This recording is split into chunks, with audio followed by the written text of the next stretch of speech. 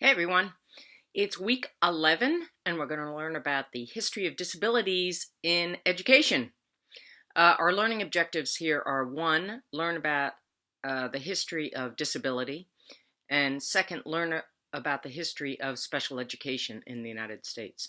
And everything for this unit is due Thursday, April 13th at 11:59 p.m. Now, I know that I've said a few times that this week that I'm introducing is the best week ever, but I really mean it this time. This week is the best week ever. The history of disabilities is, for me, one of the most exciting new fields in the history of education that I've read in many, many years.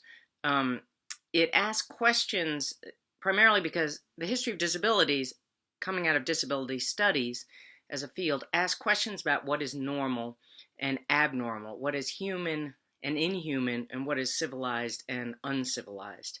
What assumptions do we make about the human body and social norms, and how have those assumptions developed over time? So, this work introduces the notion of disability as a cultural construct or social construct and not as a medical description.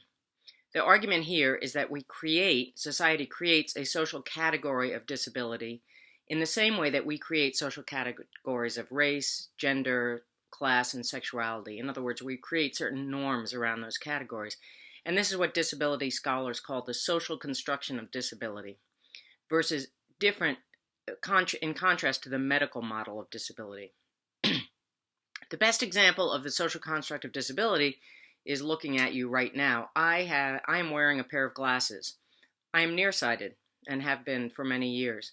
But these things do not qualify me as disabled. Society has not identified my glasses as a problem. Many people wear glasses. It's considered quite normal.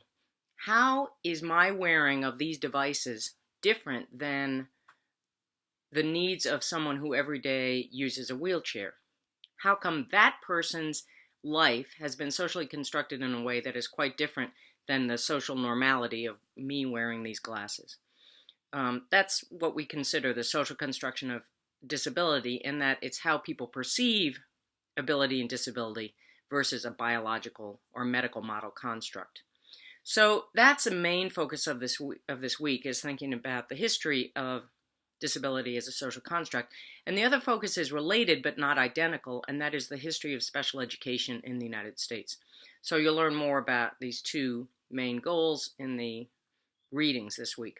So first, you're going to watch a great 7-minute video on the history of special education.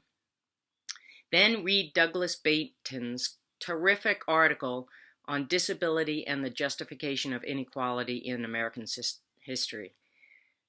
How has disability been used to inflect and reinforce other inequalities in history?